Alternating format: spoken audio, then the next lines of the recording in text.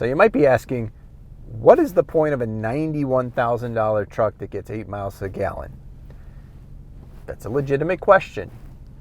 For people like me, it's the fact that I can plant my right foot and blow the doors off of sports cars costing a lot more in a huge, very heavy truck. But this thing can do everything. It can go anywhere.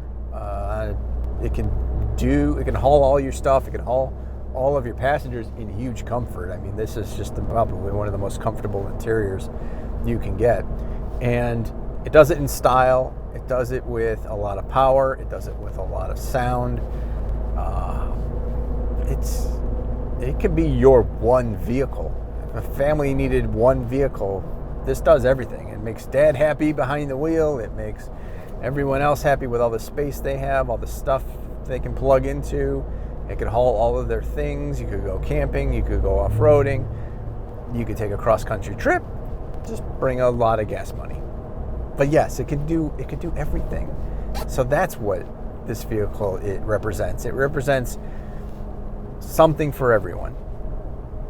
Now, the other benefit of this vehicle is that being so big, you are literally the biggest thing around. People just tend to get out of your way, and that's a nice thing. You can kind of just bully your way through traffic. People are going to move. They're just looking at this thing like, what is this giant vehicle with these 3 LED lights across this supercharger hood scoop? And they realize quickly it's probably best if they move. I kind of like that.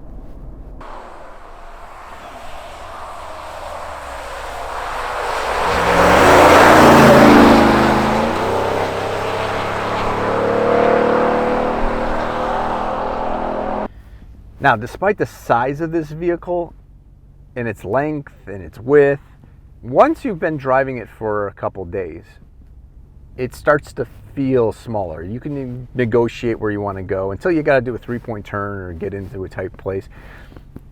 Driving it doesn't engender those feelings of, my gosh, am I over the line? So it just ends up driving like a normal truck, not something that is actually as wide as this is. So that's good. It wraps around you and you get used to driving it. The size doesn't end up bothering you in the long run. And if you have to merge in front of somebody else, put your foot down.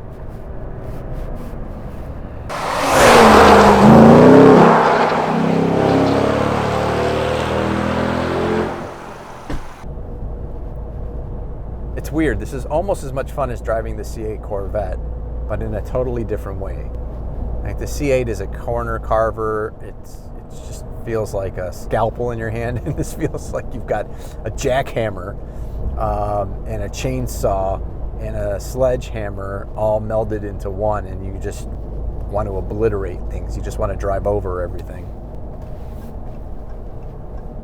This is what it must feel like to drive a monster truck. Let's talk a little bit about the Uconnect system. It's huge. I don't have the exact measurements, but I think it's 11 inches long. It's just giant. It kind of reminds me of a Tesla. What's nice is you can get the split screen with your Apple CarPlay up on top with like a map, and then you can get the music on the bottom, so you can actually switch songs or see what's playing and you don't lose your map. That's the coolest thing.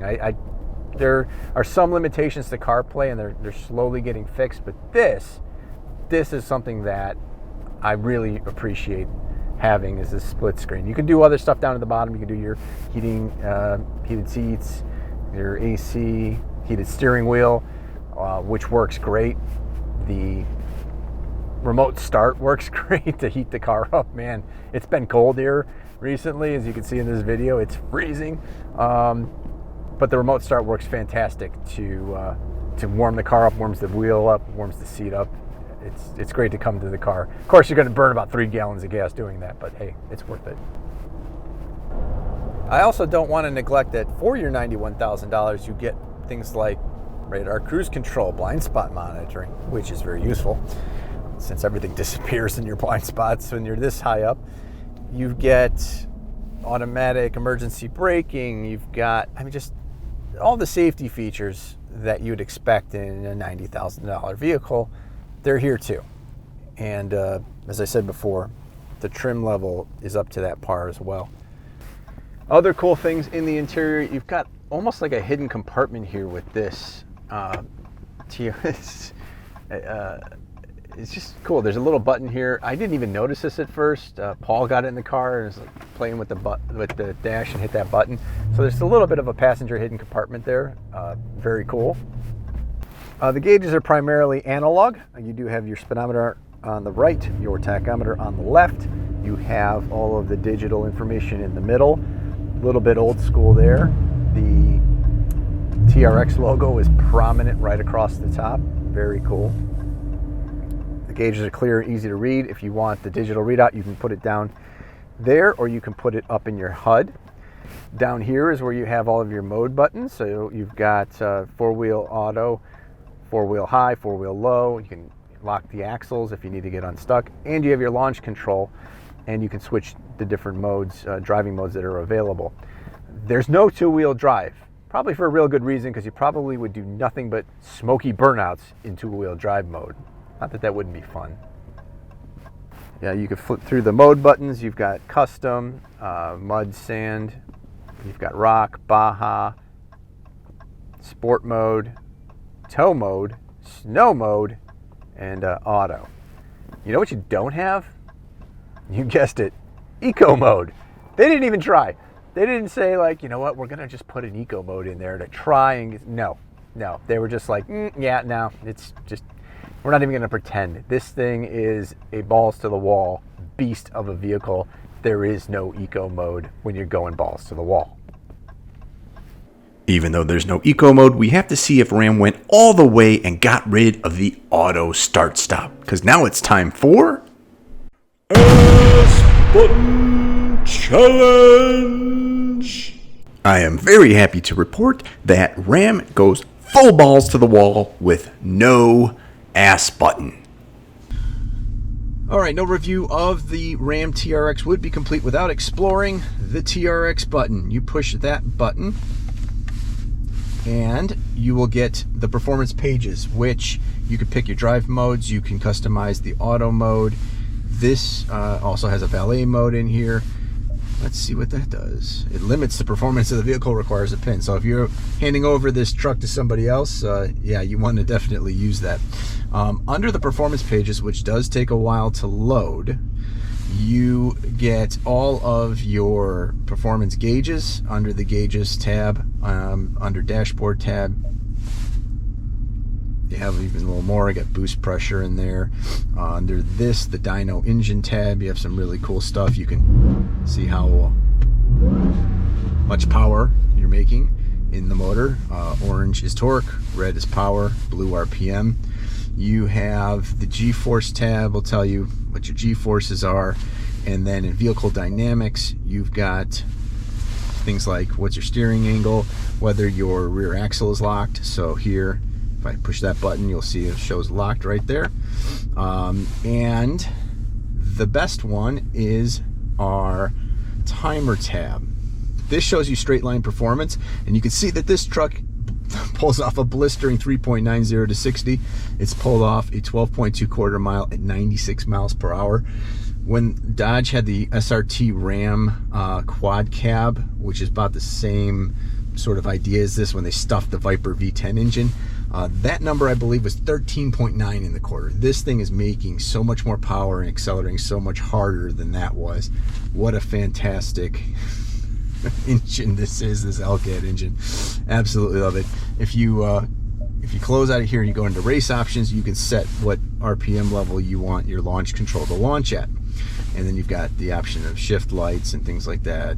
So very cool stuff from Ram on the TRX, that they put it right there into the operating system of the Uconnect system is fantastic. Kudos to them. This is awesome.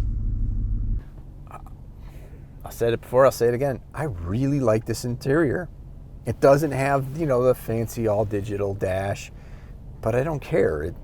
It works. It's clear, easy to read. The only thing I would change is I would make these paddles either bigger or solid, because they break in the middle, so you can do your volume on one side, on the right side, and then change tracks or inputs on the left. But other than that, this thing is just awesome. You get a flat bottom steering wheel in the truck, that's pretty cool.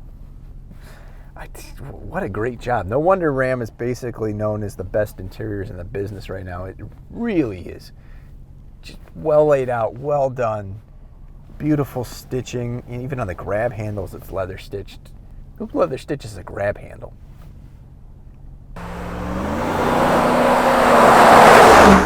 So what is Ford going to do? That's the big question. Now, we couldn't get a Raptor today to do the comparison, and we roundly trounced the poor little Ranger and the almost up to the task but not quite RS. But what is Ford going to do with its Raptor? Because this thing is definitely now at the top of the class, I think, as far as capability goes for a Baja style truck. What I hope they do, if it was me, is I'd take that incredible motor they've got in the GT500 and maybe drop that into an F-150 and maybe bring back the SVT name or the Cobra name. And yeah, 760 horsepower or whatever they could get into a truck versus 702. Now we're talking some fun. If you enjoyed that preview, keep watching the full version at We Are Motor Driven by clicking the full video you see here.